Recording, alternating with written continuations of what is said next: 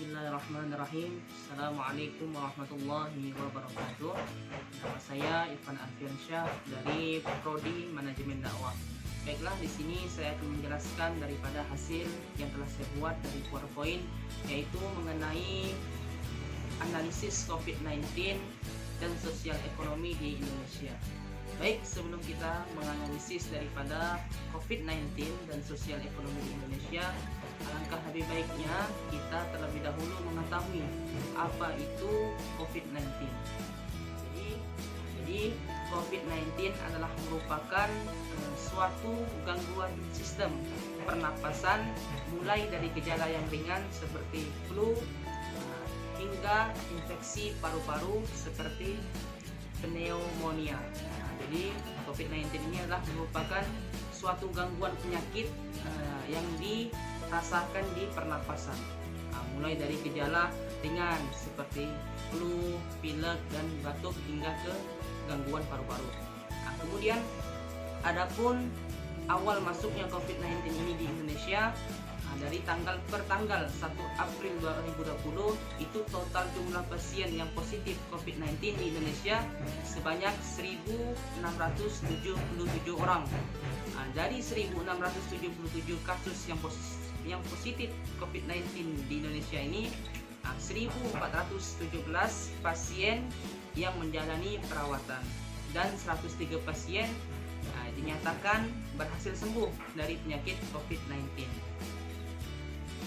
Kemudian adapun akibat dari COVID-19 di Indonesia, banyak sekali persiapan-persiapan, kebijakan-kebijakan yang dilakukan oleh pemerintah Indonesia.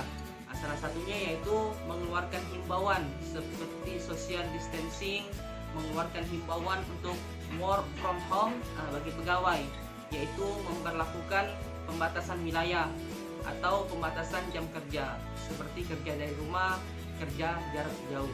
Kemudian juga memberlakukan seperti pembatasan wilayah, lockdown ataupun PSBB, pembatasan berskala besar seperti di kota Jakarta dan juga sempat dilakukan di kota Pontianak pada bulan Ramadan yang lalu. Kemudian juga pemerintah Indonesia melakukan kebijakan yaitu dengan membatasi penanganan pasien di rumah sakit. Seperti di Rumah Sakit Sudarso, kita lihat banyak sekali pembatasan-pembatasan, dan dikhususkan di Rumah Sakit Sudarso itu hanya untuk khusus pasien yang mengalami penyakit COVID-19. Adapun masalah sosial ekonomi di COVID-19 ini banyak sekali timbul. Banyak sekali masalah sosial ini timbul karena adanya ketidaksesuaian masyarakat dengan kehidupan kelompok sosial. Tentunya masalah sosial ini timbul karena timbul kekurangan di dalam diri manusia yang bersumber dari faktor ekonomi, biologis, dan kebudayaan. Sebab dari sumber kekurangan inilah yang membuat terjadinya sebuah masalah dan konflik. Kemudian ada pun problem atau masalah sosial ekonomi akibat COVID-19 ini diantaranya adalah pertama adalah kelangkaan barang, yang kedua disorganisasi dan disfungsi sosial, yang ketiga terjadinya tindakan kriminal di mana-mana, yang keempat yaitu melemahnya sektor pariwisata, dan yang kelima adalah angka kemiskinan dan pengangguran itu meningkat. Adapun contohnya salah satu masalah kelangkaan barang di sini, banyak sekali beberapa barang itu menjadi langka di pasaran. Bukan hanya langka, akan tetapi barang tersebut dijual berkali-kali lipat barangnya, dinaikkan harganya yang cukup tinggi, sehingga barang tersebut menjadi sulit untuk dibeli oleh masyarakat. Seperti contohnya barang tersebut adalah masker, kemudian hand sanitizer, kemudian juga cairan pembunuh kuman dan APD perlengkapan daripada COVID-19. Kemudian yang kedua yaitu masalah disorganisasi dan disfungsi sosial. Salah satu penyebab disorganisasi sosial, penyebabnya yaitu ketika seseorang tidak mampu menjalankan fungsi sosial yang sesuai dengan status sosial akibat rasa takut terhadap COVID-19 ini.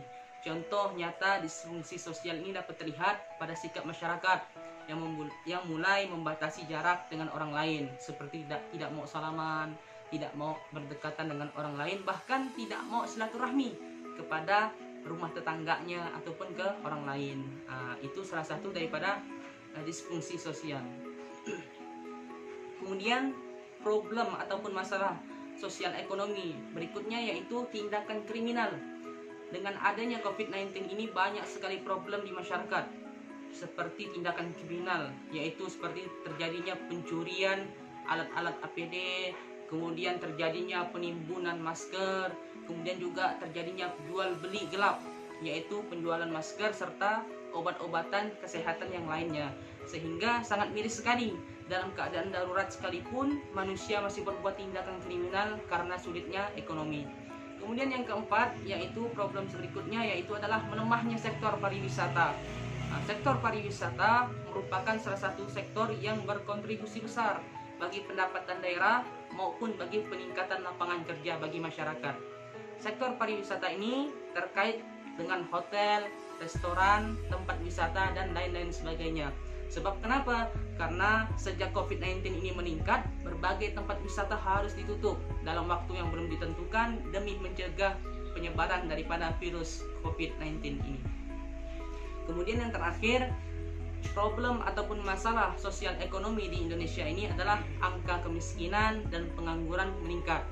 Sebab dengan adanya kasus corona atau virus COVID-19 ini di Indonesia telah hampir melumpuhkan kegiatan ekonomi masyarakat. Sejak pemerintah menerapkan berbagai kebijakan seperti kerja dari rumah, belajar dari rumah, bahkan aktivitas yang lain harus dilakukan dari rumah, sehingga banyak perusahaan, perkantoran meliburkan dirinya, bahkan tidak banyak sekalipun, bahkan tidak hampir banyak perusahaan itu mem-PHK daripada karyawan-karyawannya.